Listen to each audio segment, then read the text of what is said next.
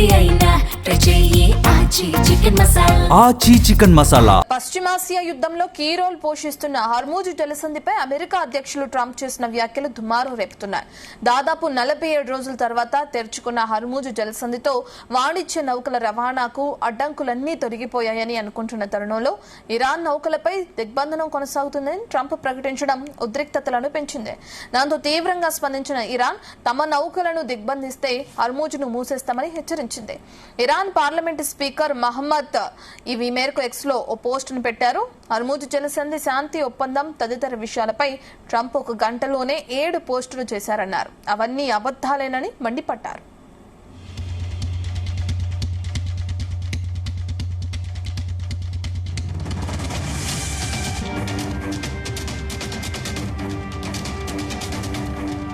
Details మా chief news coordinator Radhakrishna అందిస్తారు. Right Radhakrishna. Good morning రత్న. Hormuz జలసంధి తెరుచుకున్న కొద్ది గంటల్లోనే దానికి సంబంధించి మరొక ట్విస్ట్ ఇప్పుడు బయటకు వచ్చింది. ఎందుకంటే డొనాల్డ్ ట్రంప్ తీరు మనం ఎప్పుడు తెలిసిన విషయమే. ఎప్పుడు ఎలాగా ఉంటాడో, ఏ రకంగా వ్యవహరిస్తాడో తెలియని పరిస్థితి.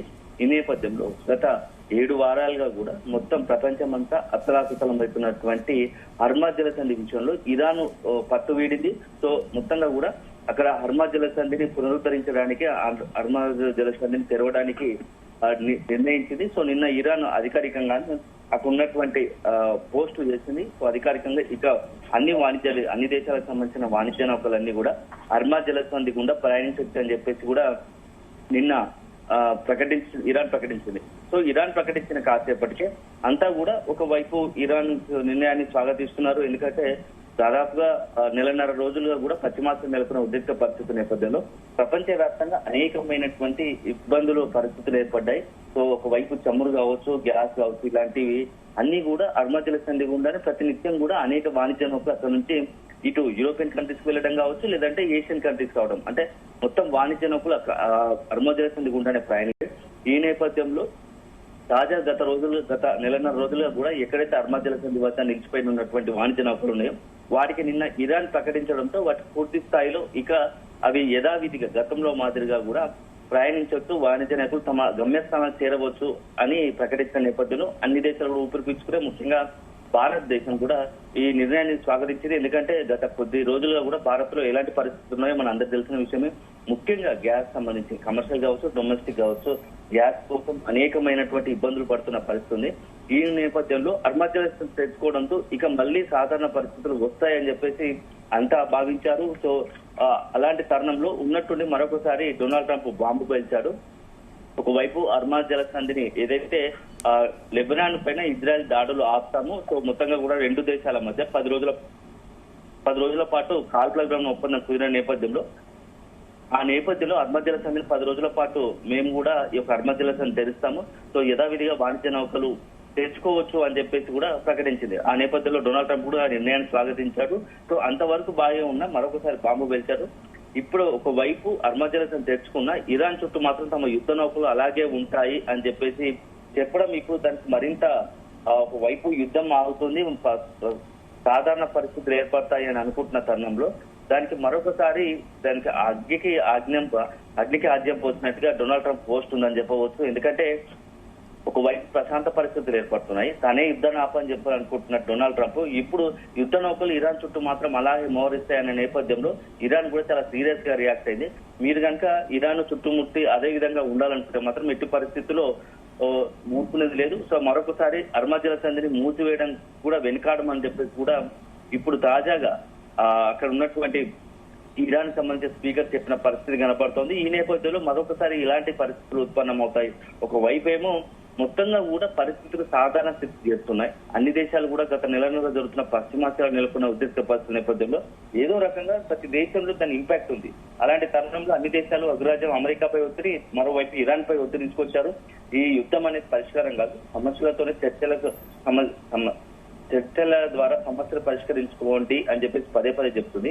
ఈ నేపథ్యంలో తాజాగా కూడా అన్ని దేశాల ఒత్తిడితో ఒకవైపు 2 దేశాల వెనక్కి తగ్గే చర్చల ప్రతిపాదన తీసుకొచ్చారు. సో మొదటిసారి చర్చలు విఫలమయ్యాయి. సో రెండోసారి మరోసారి చర్చలు సిద్ధపడుతున్నారు. ఈ నేపథ్యంలో లెబనాన్, ఇజ్రాయెల్ పై కూడా కాల్పుల విరమణ ఒప్పందం చూడడంతో మొత్తంగా కూడా ఒక శాంతియుత వాతావరణం పశ్చిమాసియాలో గత కొద్ది రోజులుగా నెలకొన్నటువంటి ఈ యొక్క ఉద్రిక్త పరిస్థితులు, యుద్ధ పరిస్థితులకు స్థిరపడే అవకాశం ఉందని చెప్పేసి అందరూ భావిస్తున్నారు.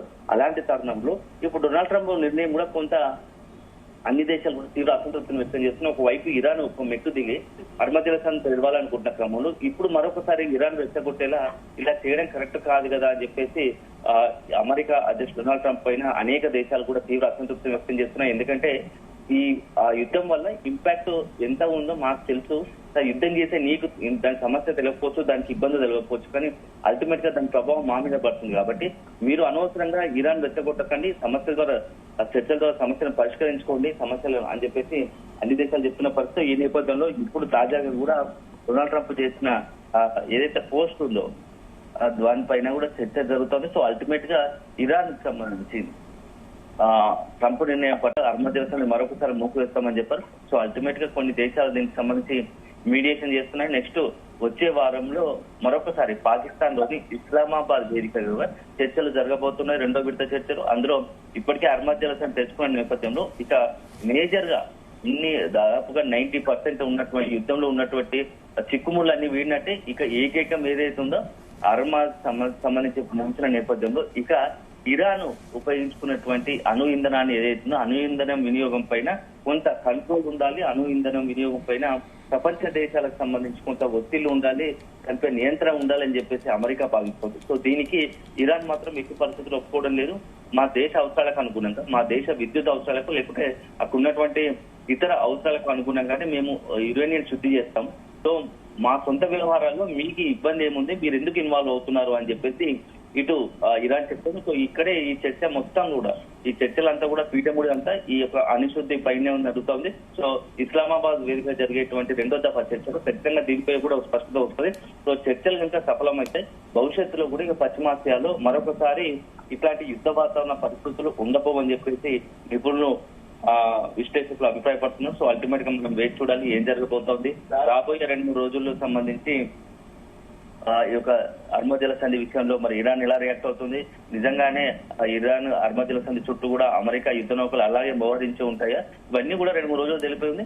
సో అల్టిమేట్ గా మాత్రం అర్మజల సంధి తెచ్చుకోవడం పట్ల అన్ని దేశాలు కూడా కొంత హర్షం వ్యక్తం చేస్తున్నాయి. ముఖ్యంగా భారత్ లాంటి దేశం ఎప్పుడు అర్మజల సంధి తెచ్చుకుంటేనే తప్ప కొంత గ్యాస్ సంబంధించినటువంటి చమురు సంబంధించినటువంటి సహజ ఇంధన వనరులకు సంబంధించి సమస్య నుంచి బయటపడే అవకాశం ఉంటుంది. సో నిన్న ఎప్పుడైతే చాలా బెస్ట్ ఎగ్జాంపుల్ ఏంటంటే ఎప్పుడైతే అర్మజలసాన్ని తెచ్చుకుంటుంది అని చెప్పి ఇరాన్ ప్రకటించిందో ఆ వెంటనే మొత్తంగా కూడా ఈ యొక్క అర్మజలసాన్ని రాక పునరుద్ధరణతో 11% చమురు ధరలు తగ్గిన పరిస్థితి. అంటే ఎంత ఇంపాక్ట్ ఉందో మనం చూడాల్సి వస్తుంది. సో ఇది ఒక రకంగా అన్ని దేశాలకు చాలా సంతృప్తికరమైన వార్త అని చెప్పొచ్చు. అల్టిమేట్ గా మనం వేచి చూడాలి ఏం జరగబోతుందండి. Right, thank you Radhakrishna.